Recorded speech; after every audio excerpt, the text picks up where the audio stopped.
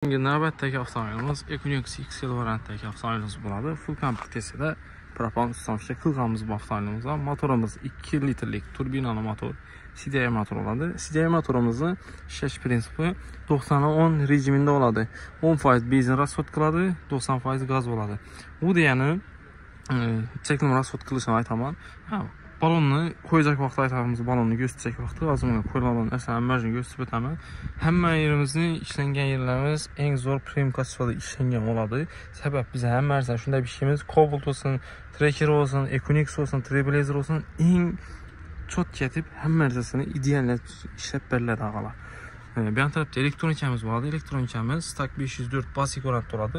Bu elektronikamiz xudo xolasa XL variantlarda avtomobillarimizda Malibu XL, Tracker'ni Redline varianti bor bilasizlar, birlik turbo boshda chiqqan, ular ham ketadi.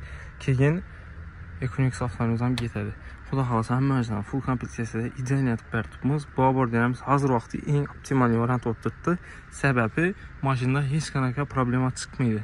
Benzin injektori, oldindagi benzin nasosi, bakdagi benzin nasosi hech qaysi guyik qolib problema etib yo'lda qoldirmaydi sizlarni. Hozir ko'pchilik boshqacha abordiyani qo'ydirib turibdi.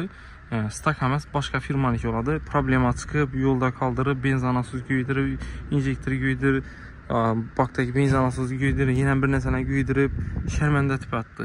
Xudo xolasa bu elektronikamiz eng zo'ri, eng kachествоli narsa bo'ladi. Bemalol qo'ydiringlar, bizda bo'lmasa boshqa yerda qo'ydirsangiz ham, shu abordiyani qo'ydiringlar, ideal yuradi. Keyin benzin injektor, benzin nasosi, bakdagi benzin nasosi kuymasligi uchun sizlarga qo'shimcha shu blok upravleniyadan ham qo'shimcha qo'yiladigan narsalar bo'ladi. Bu tarafda Stack pipa ayna ko'rtusizlar. Bu tarafda Stack ICR, bu tarafda Stack FPS bo'ladi. Xudo xolasa shu qo'shimcha 3 ta blok upravleniyamiz umuman muammo chiqarmaydi. Hazrat pedislarga ağalar ishlaringiz vobshe svetlob chiqadi. Hamma komplekt o'zini zavodskiy blok upravleniyasiga ulanadi. Bu tarafga munikam hamma shuni ulanadi. Xudo xolasa hech problema chiqmaydi, yurishlari ideal bo'ladi. Simlarimizni poyatlangan, ulangan yerlarni shu обязательно poykalab, chotga etib, mo'shatib, ustini izolyatsiyalarni ham chotga etib o'tirganmiz. Bu tarafdan simlarimizni akkuratni zavod etib o'tiramiz. Keyin injektorlarimizni gösterib o'tadigan bo'lsak, W031 variantda скоростной sport injektorlarni ko'rsa, yana nilon trubka tasarlangan xomutlar bilan mo'shat chiqarilgan injektorimiz ham sport injektor bo'ladi. Sababi har bir kollektorning ustida turgandan keyin прямой porsiya gaz sapishi shunday bir ishlanadi. Yurtsa mo'shat chiqqan. Svet qo'yib, xudo xolasa ishlarimiz chot chiqqan. Keyin bunga reduktorimiz R01 Champion reduktori bo'ladi. Eng kuchli reduktorlarda ishlatganmiz. Muammo bo'lmaydi. Xudo xolasa 260 kuchdan gaz yetib beradi. Bu avtomobilimizni 100% gaz bilan ta'minlab biladi. Filtrlarimiz monogarazli, bu yerda одноразli, hamma o'zi Stack kompaniya olgani bo'ladi. Shulankamiz Fogoment shlanka, 16 lik ham Fogoment bo'ladi. Xudo xolasa antivislar ham Fogoment firmaning original shlankasi bo'ladi. Hech qanaqa muammo bo'lmaydi. Reduktor tez qisadi, hech problema chiqmaydi. Hazrat pedislarga trubkalarimiz termoplastik trubkalar yurtsa, mo'shidan ishlatganmiz. Hamma o'zimiz ideal niyatib akkuratni chiqargan. Yurtsa, lish narsa yandan bilan o'tmagan, chotga etib, izolyatsiyalab akkuratni chiqarib berganmiz.